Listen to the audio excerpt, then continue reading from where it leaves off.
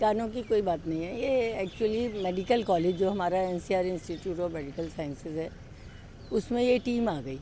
मैं अपने घर पर थी, वहाँ मेरी बेटी देखती है शिवानी, वो थी। तो उन्होंने उसको एक कमरे में ले लिया और उससे कुछ पूछने लगे।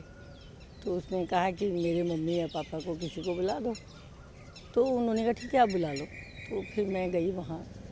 तो बात यही, बस उनको मुझे लगता है कोई शिकायत थी कि उस शिकायत के बेसिस पर उन्होंने हमारे यहाँ छापा मार दिया।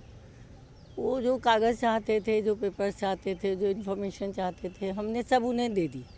जो उन्होंने पेपर्स मांगे सब कलेक्ट किए, उन्होंने रिसीविंग दी, हमने भी साइन करके हमने दिए हैं। तो वो सब करके, और यह है कि कोई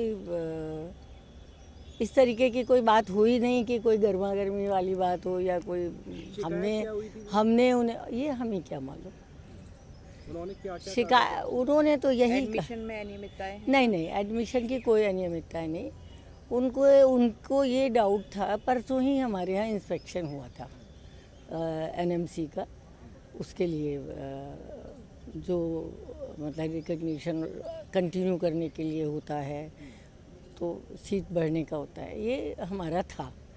तो कल हो सकता है परसों की उस बात के बाद किसी ने शिकायत की हो कि भाई इनके यहाँ मतलब पता नहीं क्या शिकायत की, ये तो वही जान सकते। कॉलेज में आप बता सकती हैं कौन कौन से कोर्सेज हैं और कितनी कितनी सीट हैं एमबीबीएस में खास तौर पे?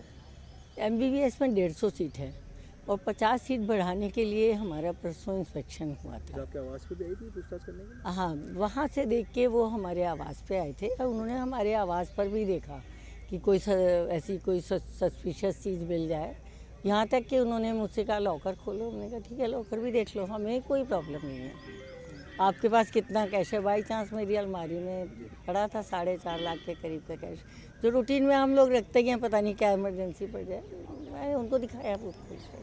छात्रों की भर्ती को लेकर कोई प्रॉब्लम नहीं, उससे कोई उनको ताल्लुक़ नहीं था। उसके बारे में कोई, ना तो उनकी कोई शिकायत इस बात की थी छात्रों की भर्ती, ना उनकी शिकायत इस बात की थी कि हम कुछ अपने मतलब इलाज में गड़बड़ी कर रहे हैं या किसी मरीज़ की शिकायत है। उनको शायद शिकायत यही थी कि जो हमारी फैकल्टी वगैरह है वो सब आती है, सही टाइम से आती है नहीं आती है, एक्चुअल फैकल्टी जितनी है वो है नहीं है। तो उन्होंने सारे हमारे कागज़ ले लिए।